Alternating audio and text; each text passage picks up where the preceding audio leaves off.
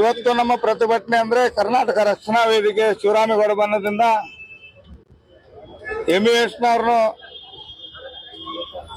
ಗಡೀಪಾರು ಮಾಡುವ ಹೋರಾಟ ಸುಮಾರು ವರ್ಷ ನಂತರ ನಾವು ಹೋರಾಟ ಮಾಡ್ಕೊಂಡು ಬಂದಿದ್ವಿ.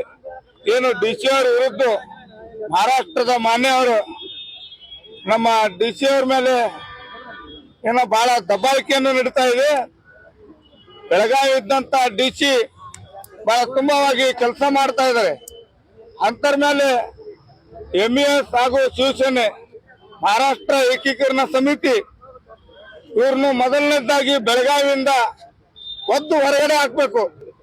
ಕರ್ನಾಟಕ ರಾಜ್ಯ ಸರ್ಕಾರ ನೀವು ನೋಡ್ಕೊಂತ ಕುಂತ ಆಗೋದಿಲ್ಲ. ಇವತ್ತು ನಮ್ಮ ಹೋರಾಟ ನಿರಂತರವಾಗಿ ನಡೀತಾ ಇದೆ ಅಂದ್ರೆ ರಾಜ್ಯ ಸರ್ಕಾರ ನೀವು ನೋಡ್ಕೊಂತ ಕುಂದ್ರಬಾರ್ದು. ಈಗ ಡಿಸಿ ಅವ್ರ ಮೇಲೆ ಮಹಾರಾಷ್ಟ್ರದಿಂದ ವಿರೋಧ ಮಾಡ್ತಾರೆ ಅಂದ್ಮೇಲೆ ಕೂಡ ಇಲ್ಲಿ ಬೆಳಗಾವಿ ಇದ್ದಂತ ಇಬ್ರು ಸಚಿವರು ಇದ್ದಾರೆ. ಸತೀಶ್ ಜಾರಕಿಹೊಳಿ ಆಗಿರ್ಬೋದು, ನಮ್ಮ ಡಿಸಿ ಅವ್ರ ಪರವಾಗಿ ಯಾರು ಮಾತಾಡ್ತಾರ ಗಪ್ಪ ಕುಂತಿದ್ದಾರೆ. ಲಕ್ಷ್ಮೀ ಹೆಬ್ಬಾಳ್ಕರ್ ಅವರು ಕೂಡ ಬಾಯಿ ಬಿಟ್ಟಿಲ್ಲ. ಮತ್ತು MP ಆಗಿರುವಂತ ಜಗದೀಶ್ ಶೆಟ್ಟರ್ ಅವರು ಏನು ನಮ್ಮ ಡಿಸಿ ಪರವಾಗಿ ಮಾತಾಡಬೇಕಾಗಿತ್ತು. ಅಲ್ಲೇ ಮಹಾರಾಷ್ಟ್ರದಲ್ಲಿ ಇವರು ವಿರೋಧವಾಗಿ ಮಾಡ್ತಾರಂದ್ರೆ ಇವರಿಗೆ ನಾಚಿಕೆ ಬರಬೇಕು. ಗಡಿ ವಿವಾದ ಬಗ್ಗೆ ನಮ್ಮ ಡಿಸಿ ಬಹಳಷ್ಟು ಇವರಿಗೆ ಅನುಮತಿ ಕೊಡೋದಿಲ್ಲ ಅಂದ್ಮೇಲೆ ಇವರಿಗೆ ಉರಿಯಕ್ಕೆ ಚಾಲು ಆಗ್ತಿದೆ. ಇವ್ರಿಗೆ ಯಾಕೆ ಅನುಮತಿ ಕೊಡಬೇಕು? ಕರಾದಿನಾಚರಣೆ ಮಾಡಕ್ ಅನುಮತಿ ಬೇಕು, ಮತ್ತು ಅಧಿವೇಶನ ಸಂದರ್ಭದಲ್ಲಿ ಮಹಾಮೇಳ ಮಾಡಕ್ಕೂ ಅನುಮತಿ ಬೇಕಂತಾರ.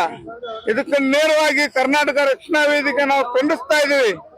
ಇವ್ರಿಗೆ ಯಾವ್ದು ಕಾರಣಕ್ಕೂ ಅನುಮತಿ ಕೊಡಬಾರ್ದು ಅಂತ ಇಲ್ಲಿ ಇದ್ದಂತ ಯಾರಾದ್ರೂ ಡಿಸಿ ಅವ್ರ ಮೇಲೆ ವಿರೋಧ ಮಾಡಿದ್ರು ಕೂಡ ನಾವು ನಿರಂತರವಾಗಿ ಡಿಸಿ ಅವ್ರ ಜೊತೆ ನಾವು ಇದ್ದೇ ಇರ್ತೀವಿ.